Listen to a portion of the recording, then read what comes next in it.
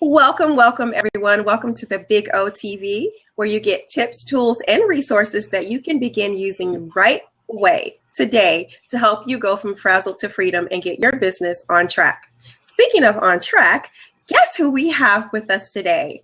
The beautiful, wonderful, all-wise Chris Liable.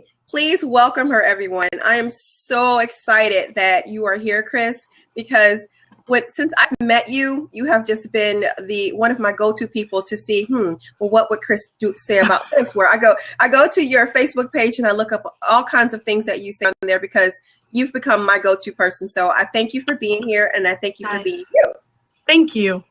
Let me tell you all what Chris has to say about herself. Chris says, I am a successful and accomplished business professional whose goals and life course experiences reflect the strong ethical value of my Midwestern roots.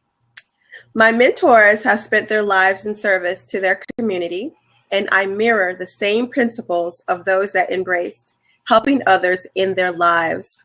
It is that same deep personal commitment and enthusiasm for involvement and people that motivated and drove me to develop On Track with Chris. Through the creation and implementation of my On Track programs, I have packaged over 3 decades of business experience, education, and management know-how into a powerhouse, client-centered program. Ooh, that's deep. On Track. On Track was designed with the business professional in mind, but is proving to have enormous influence on people from all walks of life. These programs will keep you forward-thinking and forward-moving. Oh, welcome, my love. Thank you. I love it, love it, love it. Forward-thinking and forward-moving. Thank you so much for being here. I think that 3 decades may be wrong because I'm only 29. Oh my. I'm teasing. Oh my. That's what we've told our kids, right? I'm only 29 again. Yes, exactly. I was in the store one day with my oldest son is 25, and someone said to him, "Oh, is that your girlfriend?" I said, "Yes, yes, yes, I am. I'm his girlfriend. Yes, I'm not his mom. No. I look too young to be his mom, don't I? I'm not. I'm his girlfriend. So." I love it. I love it. Yes. I was taking every bit of that I could. Yes, I could. And I walked out of there saying to my son, "Look at me. I'm young enough to be your girlfriend." As he walks home. Feeling real awful, like, ew. Yeah. Well, let's jump right on in because I know that you have a lot of juicy tidbits to give us, and I'm really, really excited to hear what you have to say about these questions that I have for you. Great. Okay, so what has been the biggest challenge that you've encountered in your business and why? That's a tough one. There's a lot of challenges. It really just kind of depends on the approach. Probably the biggest challenge was making the switch from running a bricks and mortar business to more of the strategy business. We made the decision because we had a family member who had 5 surgeries in 7 years. And, we ran our own business so that I could take my kids to school, pick them up. My husband could stay working. And it really became necessary for me to make some sort of change. We had 6 employees. We were running 7 processes in our commercial location. And I really just felt like I was, coming into the office before I took my kids to school, running home, getting them up, getting them breakfast, getting them off to school, picking them up from school, going home, doing homework and everything, after dinner, running back to the office, working till 11 or 12 at night. And that really wasn't an environment that we wanted to raise our kids in. So we really had to struggle in determining when is the time right to pivot. Right. When is it the correct time, or when is it no longer serving us? So that was probably my biggest challenge. Was I'm not sure this is working. We need to make a change. I actually was chamber president at that time, and I had been for 5 years. And so I got to work with entrepreneurs on a daily basis, bricks and mortars. Our town is 2,400, so it's a small community. And we were working with larger communities to, keep the keep everything going, marketing our small business owners, and it was just a natural transition into that. So I really have the best of all worlds. We're able to lease our equipment to former employees. Oh, wow. So I'm able to kind of mentor them, keep my hands kind of in what was a passion. I'm able to do what I wanted to do, which was be there for my family, help entrepreneurs grow their business, start and grow their business. So it really turned out to be the best decision, but it was a decision to make. So if that answers your question.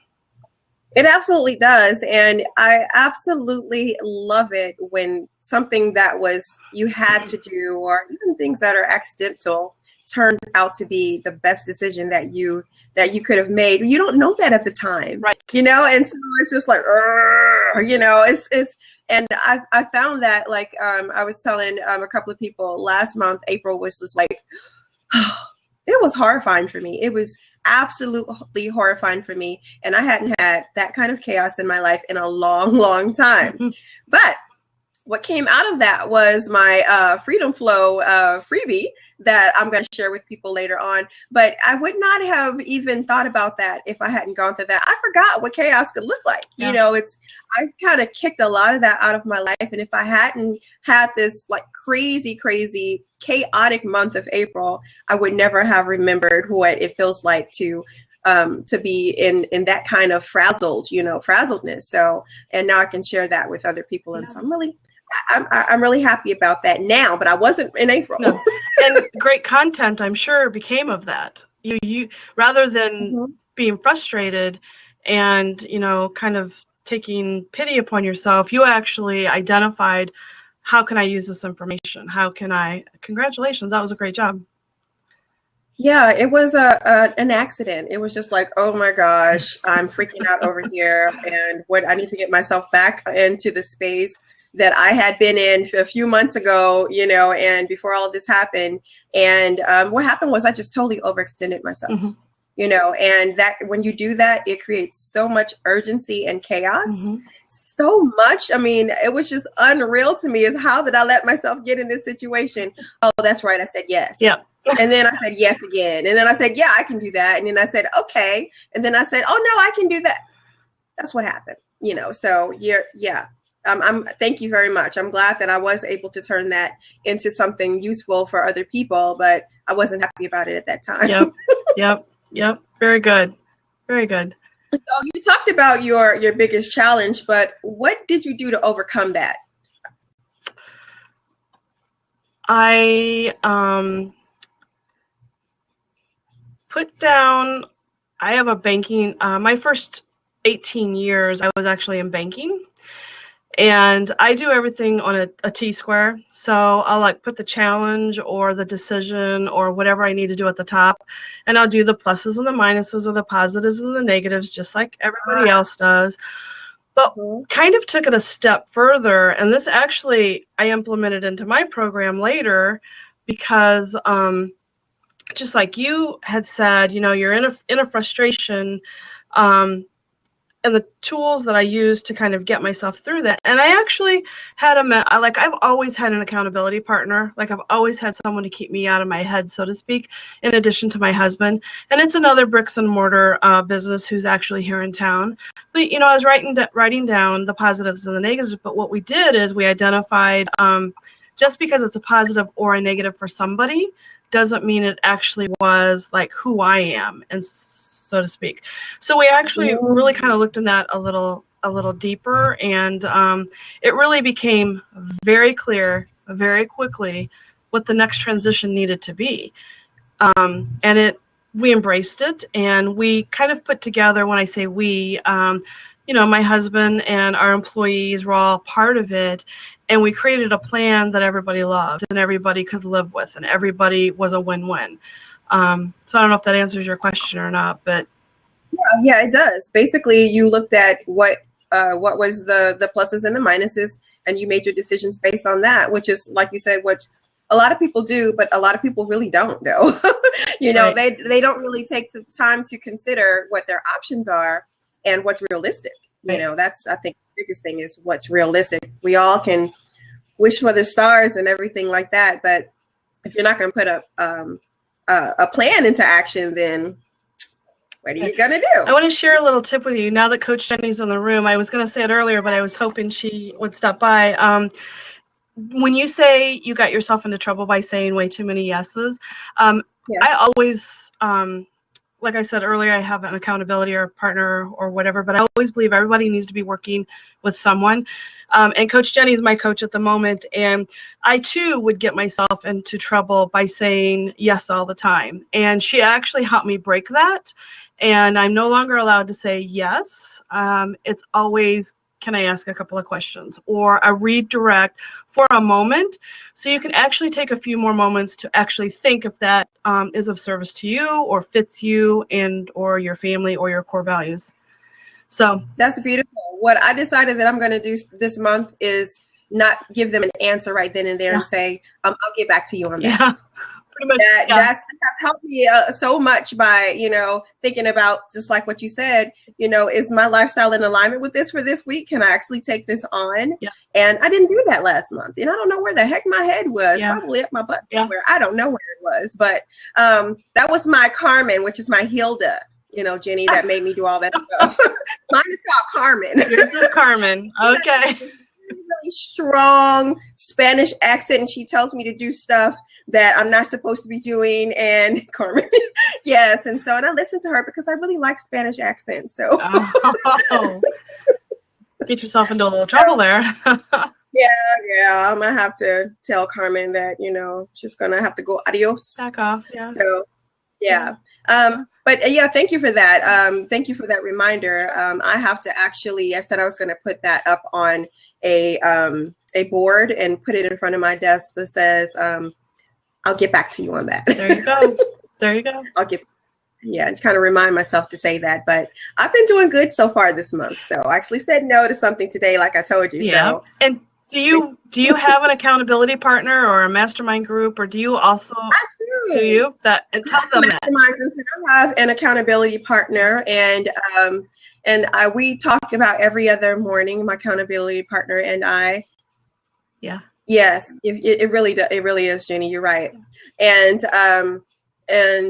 she helps me to really.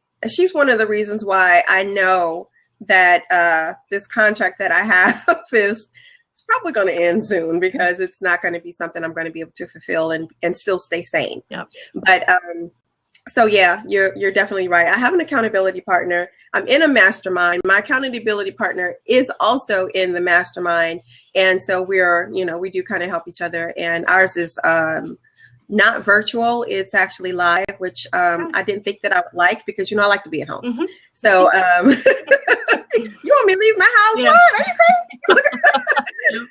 I felt a sanctuary in here. What do you mean?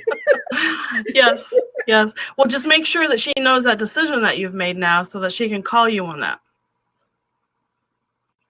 Daily and in person. Yes. Mm-hmm. Daily and in person. We, I talk with her just about every day, every morning, but we meet in person once a month as a mastermind group. So, yes. Mm-hmm. Right. Yeah. Last month it was in my house, and next month it's going to be standing slow clap. That girl is crazy. You know that, right, Chris? So funny. Yep. Okay, so the next question is, you talked about the T-square. I like that. I've never heard it called that. But in addition to that, can you give any other advice on to people who might be struggling with that same issue? In making a decision, in the same issue as getting over, in getting over how you got over with your biggest struggle, mm-hmm. which was your whole running around mm-hmm. the state of Illinois thing. That's what it sounded like to me. kind of, yeah. It's all about the foundations and knowing, listening to yourself and what you want, and not what other people are telling you what they think you should be doing. I know when I first started jumping on your blabs, we have very similar things that we work with individuals on. We just use a little bit different language. We were talking about, what TRACK stood for, which is the time, the relationships, the accountability, and the clarity. And it's really all about having really great foundational pieces so that you can make your decisions based on the foundation of your business and not emotion. And putting those tools in place is really essential. We talked several, you and I have similar things about the time, and it's all about, how are you going to use your time to avoid the distractions, what relationships you allow into your life. That could be vendors, that could be anybody who's going to be a part of your business. What you allow, accountability tools and clarity is kind of where that T chart's coming in that you're talking about. And it's kind of it's a clarity tool. So really already knowing where you're wanting to go and what your goals are, and just put those really great foundation pieces in place so that you can really make a decision very quickly, because you know whether or not obviously if it's not on your strategy board, it should not be a super high priority unless it's time to review that. Right. But your core values, remind yourself who you are and where you're going and what's important to you. If the decision has nothing to do with any of that, then you probably already know the answer to that. Right. Just to get a little bit off of my list of questions here. Would you say that you find that a lot of people don't look at what they have going on in their life when they are making schedules or even strategy boards, that they don't take into consideration what's realistic for them? Yeah, I love that. Absolutely love that question, because I think it's very important to have creativity as an entrepreneur, because you need to be able to creatively solve problems. Creativity doesn't necessarily mean art or something of that nature. It's more being creative in your problem solving and so forth, and the tenacity, the determination to stay on the path that you are following. But the big thing is being present in your business. If we aren't actually the ones that are present in our business, and we're allowing other people to be present in our business, or we're always thinking about tomorrow, I'm going to make my to-do list for tomorrow, or where am I going? We forget that we are the center of our business, and without us, we don't have a business. And it's not everybody else's business, it's your business. So yeah, staying present in your business and staying very well centered. A lot of people do that a number of different ways. Some people have morning routines, some people have evening routines, some people, everybody has their way that fits them for them to stay present in their business. Right. So yeah, if that answers your question. It does. Absolutely. I was on a blab the other day listening, and a lady was saying that her family is the number at the top of her priority. Mm-hmm. So it's her kids, her husband, and then her business, mm-hmm. which for a lot of people, we say that, but then our actions don't display that. And so I find that it's a matter of getting back into what's really important to you, because building a business takes up a lot, really is a dedication and a commitment that you have to make. And it takes a lot of time. But when, I struggle with this in the beginning, because I'm a single parent and having to deal with my kids. And then at that time I had 2 part-time jobs and I'm homeschooling, so you're crazy, but, so it's just like, well, when am I going to have time to do this? But it was a struggle for me to actually not put my business at the top and replace that with my kids, because I did for a while. I shoved everybody down and I made my business my top priority, and it gained me a lot, but then I lost focus as to what was really important and what I was going into business for in the first place, was so that I could have that time with my kids, and I totally did the exact opposite. So I had to reel myself back in, and like you said, not looking at what other people are telling me or how they're living their lives and what's important to them, it's not going to be the same for everybody. So I love your answer. Absolutely. Right. And to add to what you said a little bit there, when we're working on foundations, I'll use a table as an example. And the table has 4 legs, and like you're sitting on top of that table, like we'll actually draw a table and they'll write their name on the top of the table because they're center of that table. And we look at their top 4 core values, and it can be, we go through a list and we actually do, but if you remove any one table leg, it tilts. So mine are, obviously my family is obviously very near and dear to me. I still have school age kids and so forth. So family is obviously still an important factor of that. But quality relationships are also really important for me as well. Faith is important for me as well. And then growing as a personal, like my personal development, always growing, always learning.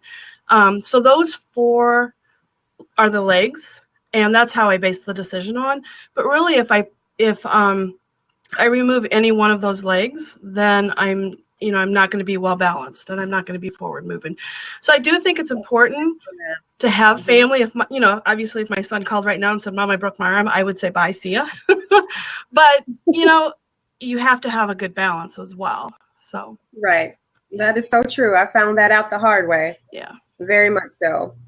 So if you could go back to you at the start of your business, what would you say to yourself? The start of being an entrepreneur or the start of my strategy business? The start of being an entrepreneur.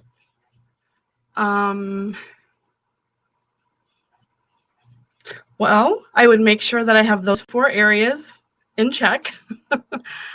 I think I would, I tried to be super mom in the beginning.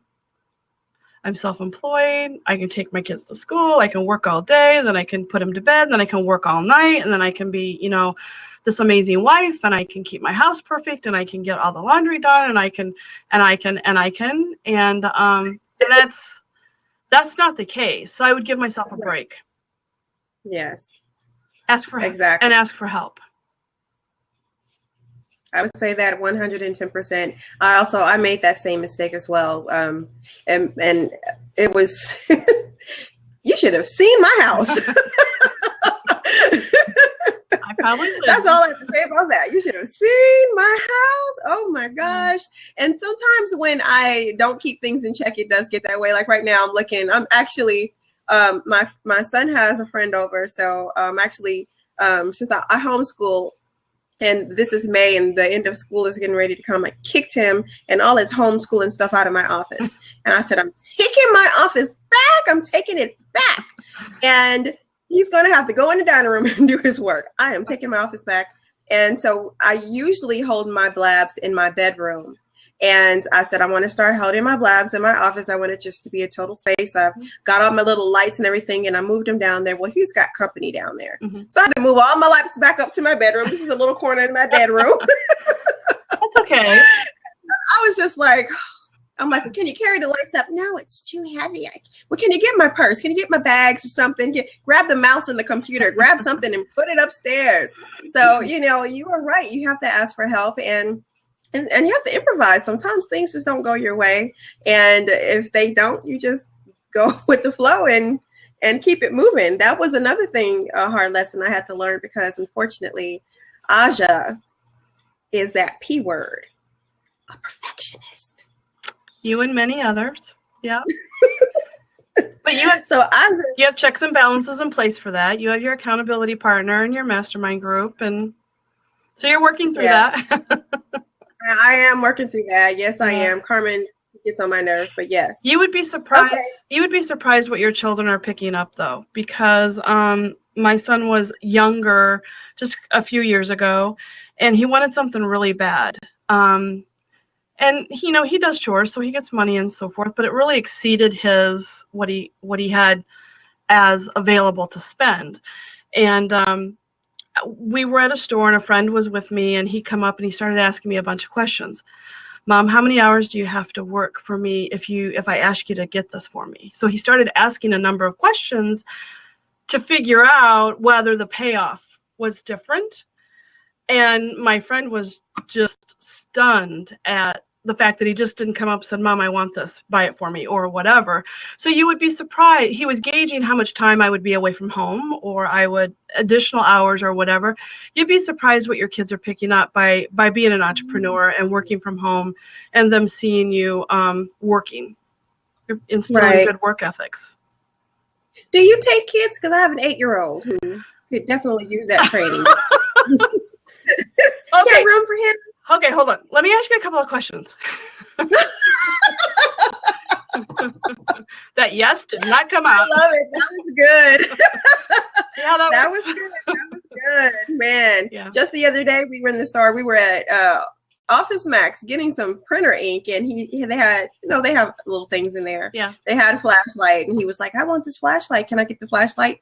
And he left his money at home. And I said, okay, well, you owe me $2 when we get home. Yeah. And I always collect my money from him because he'll try to get over it. Yeah. So when we get home, I got the $2. And then today he comes to me and says, he had my cell phone, and he was like, oh, there's, roadblocks. I don't even know the name of the game, something about a little car thing or whatever. Can I buy some tokens or whatever for it? And I'm like, no, you spent all your money. I bought him a bank that had the bottom sealed, where the little plug goes and everything, so that when he put money in there, he cannot take it back out. So the only money he had out was $2. So that's all he could spend. And that was going to you. And yeah, I took my money. I took my money. You bet. You bet. Yeah. Those are good things that we're teaching our children. Those are good. Yes. Yep. He got upset though. He did. He was just like, but I didn't know. But well, you made your choice, and I told you, and I did tell him that. I said, now you're going to spend your money on this flashlight. There's nothing else you're going to want me to not name that specifically. You're not going to want me to buy some coins for you for that little game you like to play or whatever. Right. And he's like, no, I want a flashlight. Yep. Okay. Yep. There you go. You better go play with your flashlight. Yep. Yep. He was distracted at the moment. Better go in a closet and go look at something since it's light outside. But go find something in that closet to flash a light, but your flashlight on. There you go. So this is my favorite question of the day. I just love this question because this is just totally who I am. So tell us something quirky and fun about yourself that nobody knows. I'm a quirky person. I love quirky stuff, and I just have to know everybody's quirky thing. I just want to know. Gimme. I don't have anything quirky. Yes, you do. Okay, here's my favorite quirky thing. Okay. Even though my best friend told me don't tell people this. Okay. I like to walk around and talk to myself in different accents. Sometimes I've got a British accent, and I go around telling myself to walk. It's time for laundry. Did you get that blog post out? And then sometimes I've got the Jamaican accent, man. You got to go and watch that now. You got to do it because your favorite show is going to come on. So get the whole thing going now. So that's my quirky thing. I love to walk around talking to myself with different accents. And that's not fair because I already knew that. Because you said that last week. So you have to dig a little deeper. No, that's as deep as it gets. I mean, well, that's not true, but that's I can't tell you everything. I've been told not to tell some of these things. And I've been told I need to let more people in. Oh, good. Come, gimme. We want to know. Probably the quirkiest thing I can think of is in order to get my mind to shut off at the end of the day, because I would work 24/7 if I could. I just love what I do. So probably the quirkiest thing there is I've probably watched the television series The West Wing probably 150 times, because that's what I use to, like, at the end of the day or the end of the night to get my mind to shut off, because I already know what they're going to say, right? So I'm not having to pay attention and listen and whatever. And it's like a sleeping pill for me. It instantly relaxes me, and that's how I end my day, so I can get my mind to shut off. Otherwise, if I don't do that, I will be tossing and turning all night thinking, okay, I'm going to remember this tomorrow. I'm going to remember this tomorrow. This is a really great idea. I'm going to go do this. And I need my mind to shut off. So that's probably the quirkiest thing I can think of. Well, I can say that is pretty quirky. Yeah. Watching the reruns 50 million times so that you could go to sleep. Shut my mind off. That's yes. Yes. So you can shut your mind off. Yeah. That one I have never heard of before. That's a quirky one. See, you've got some quirky stuff going on.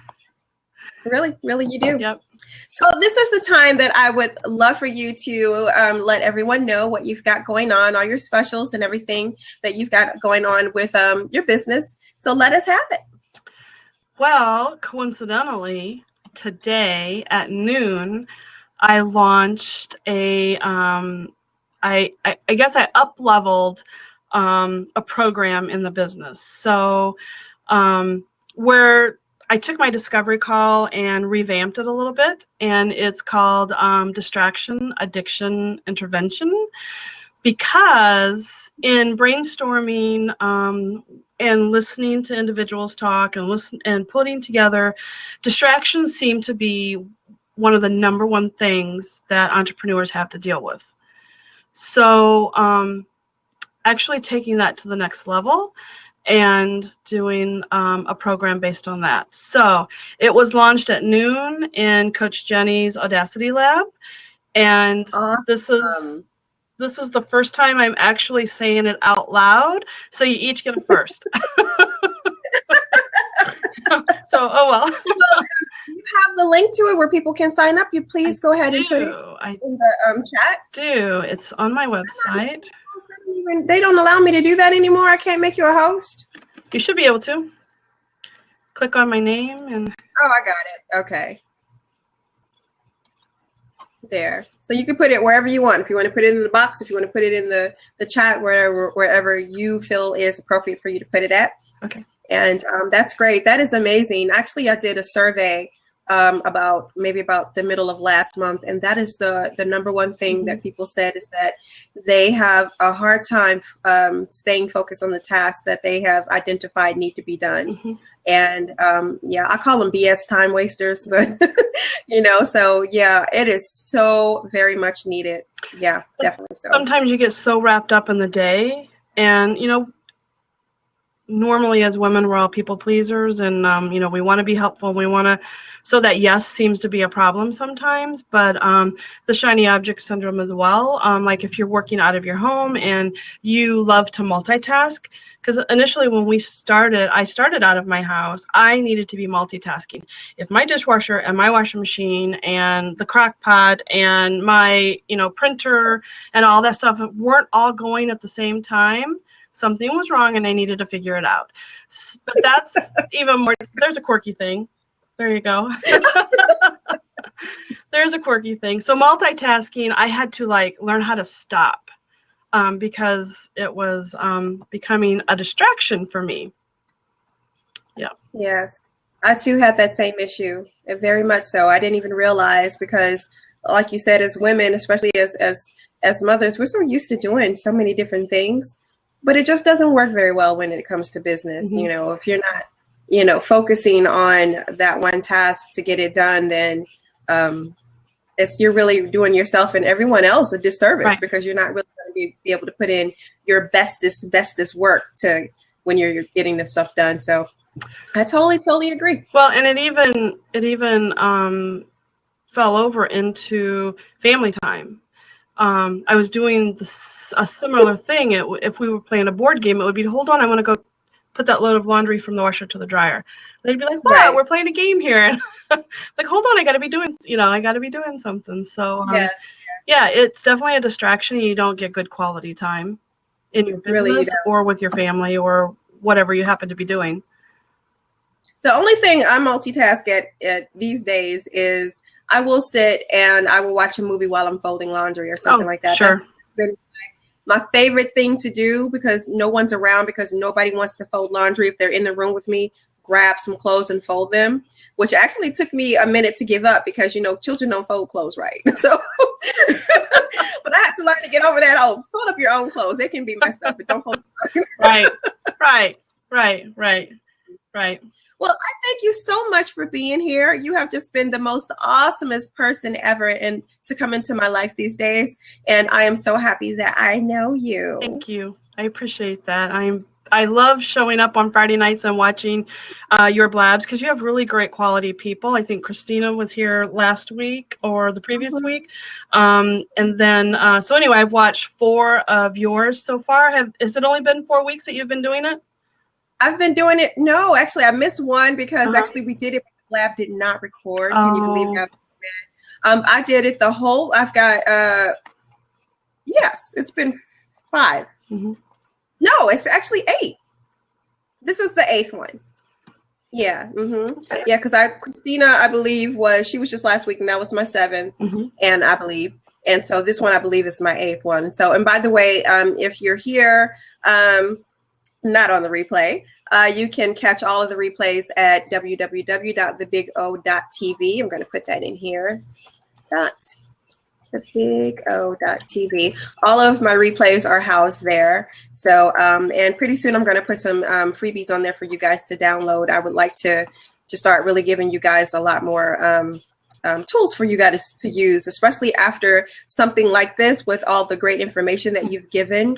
It would be really great for them to have some tools to go along with that. So maybe, like a little T-cross absolutely. Tool thing to, that would be great. But and if you have any on your website, then they can go over there and they can check out what all you have for your freebies to help them and get themselves together. So, well, that'll do it. Would you like to end with some last words? Basically, just make sure that your foundation is rock solid and absolutely get someone in your life that you can work with, an accountability partner, a coach, a business building friend, whatever you want to put the label to. Get someone in to help. When you said your goal earlier about saying no, share your goals with them. Let them hold you accountable, but find someone that you trust and they're like-minded. So rock solid foundation. Get somebody in your life. Gotcha. Thank you so much. I appreciate you. Thank you for being here on the Big O TV. Take care.